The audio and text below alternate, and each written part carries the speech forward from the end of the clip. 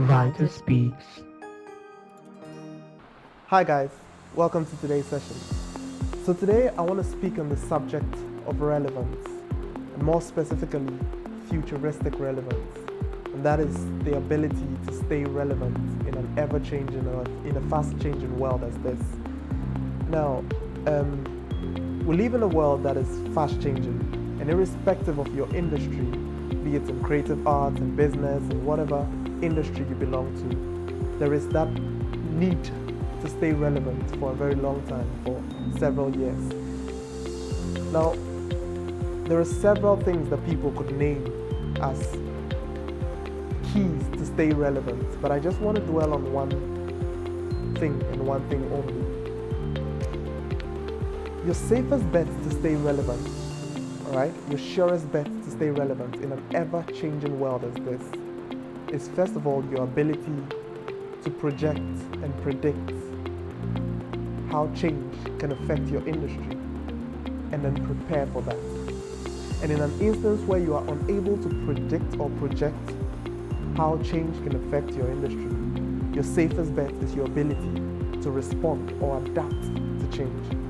Now, I'll try and explain this in the most simple way possible, but I'll try and use very relatable case studies. You know, usually when the subject of relevance is spoken about, and the very hackneyed case studies of Kodak and how Kodak was pushed out of business, and how Nokia was pushed out of business. You know, the Symbian OS and the introduction of the Android OS and the smartphone market and all of that. And those are very typical case studies on the subject of relevance. But I want to dwell on a case study that is more relatable to us, in Ghana, using the case study of the Ghanaian movie industry, juxtaposing that with the Nigerian movie industry. I was in a conversation with a friend, and he was asking me, what do I think happened to the Ghanaian movie industry? And I shared some thoughts with him, which I want to share with you. Now, first of all, I think one of the most significant things that affected the Ghanaian movie industry was a change in technology. There was a time where the primary or the principal means of distribution of film or movies was through the CD, the compact disc, be it the DVDs or the VCDs. You know, all of them were CDs. That was the main storage device on which movies were replicated and sold. But then, much later, there was a time where CDs were no more a thing. The world started leaning a lot more towards the fourth industrial revolution, and so we're looking more at cloud computing. And so CDs were no more a thing. Even laptops stopped putting CD drives on the laptops anymore. So at that point, that was where a critical decision needed to be made. And I think the Nigerian film industry was able to see, project, or see that change in technology and respond to it quickly. Now, how did they respond to it? First of all, Nigeria, just like Ghana, was also producing CDs as their principal or their primary means of, distribution of film and movies. But then, when the world started leaning more towards cloud computing, the first thing they did was to be able to find alternative means by which to get the movies to the people, because people were no more buying CDs. CDs were no more a thing. And so they found other platforms through which they could sell their movies. They used international streaming platforms like Netflix, pushed a lot of their movies to Netflix. Quite apart from that, they created their own localized platforms. That's a platform like Iroko TV, on which a lot of movies were uploaded. Quite apart from that, they looked for other avenues to market or distribute movies, through ships, through airplanes, through hotels, screens or hotels. Quite apart from that, they were able to get channels on international paid TV platforms or channels like DSTV. So get a number of channels that show a lot of Nigerian movie content, and several other means by which they found alternative windows by which they could share their movies. Ghana, on the other hand, not quite. our only alternative source now became the cinemas. Now, cinemas were the primary means by which movies were showcased, because now there were no more CDs. But what if I'm not the kind of person that wants to go and watch a movie in the cinema? I want to sit in the comfort of my home and watch it from home. Where do I get the Ghanaian movies to watch? And that was where the Ghanaian movie industry failed to respond to a change in technology. And so the Nigerian movie industry was way ahead in that respect. And so gradually it got to a time where now you want to watch Ghanaian movies. Where do you get Ghanaian movies to watch? So like I said, it was just the cinemas that was the primary means of, showcasing the Ghanaian movies. And then COVID hit and we shut down the cinemas. And that was a big blow to the movie industry. So then again, we see how powerful technology is in giving you an opportunity to stay relevant, and how failure to recognize how change in technology can significantly affect your industry can wipe you out of business. Absolutely. The very hackneyed case studies we use, like the Kodaks and the Nokias and all other similar case studies, were all wiped out of business as a result of change in technology. So your surest bet to staying relevant in an industry or in a world that is fast changing is your ability to predict and project change. And when I say change, not just technological change, but very importantly, technological change, but other change like societal change, cultural change, political change, economic change, and then technological change. Your ability to project how changes in these things can significantly affect your industry and quickly respond to it is your surest bet to staying relevant.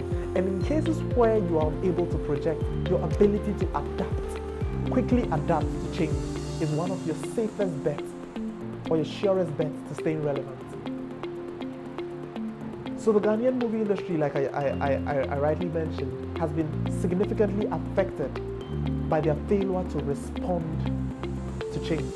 Now, in the music industry, however, I think the music industry in Ghana was able to quickly respond to quite a similar challenge, because there was a time when music was primarily distributed through CDs.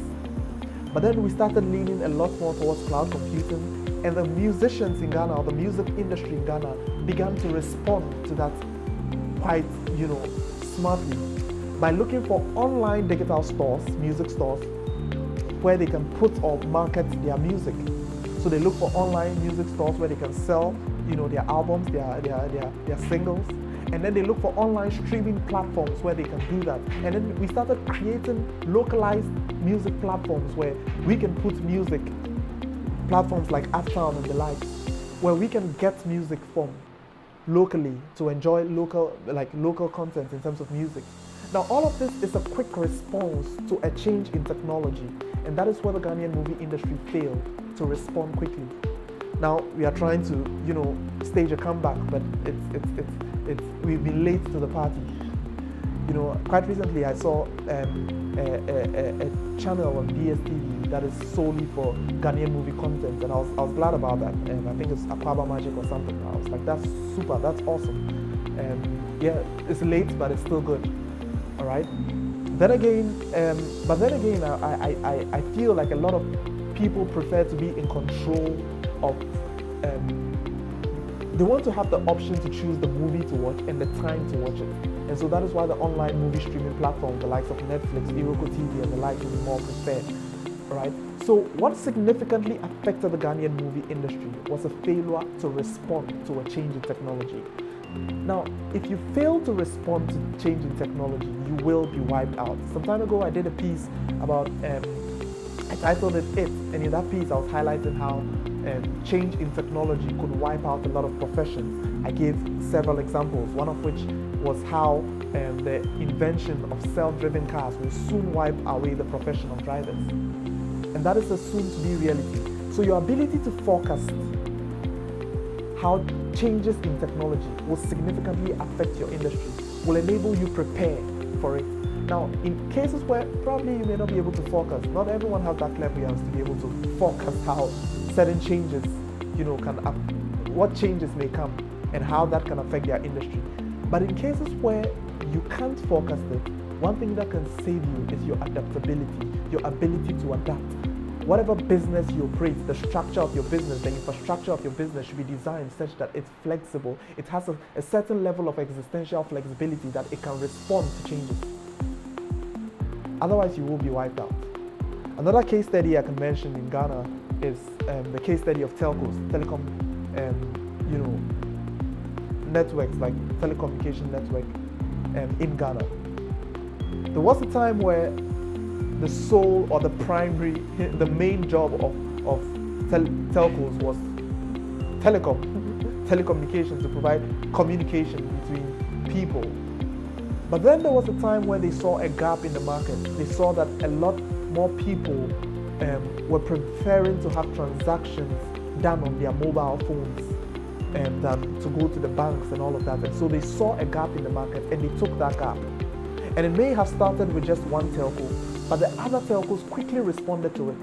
And that was how the whole mobile money wave started. And think about it, an industry like telecommunication that is designed for telecommunication has now begun to do financial transactions. And by doing that, they have usurped an aspect of the banking operation. So if you want to be hard and fast that this is my organization, this is our structure, this is how we operate, this is what we do, we are not changing that. Change in technology or change in times, the change will wipe you out in no time. So like I said, this is not industry specific. Whatever industry you belong to, whether it is technology, whether it's business, creative art, whatever industry you belong to, your ability to predict how change in technology, how changes in general can affect your industry and how quickly you respond to it is one of your surest bets to staying relevant. Now, once you don't do that, don't blame anyone when you get wiped out. Until next time, stay inspired. VitusSpeakz.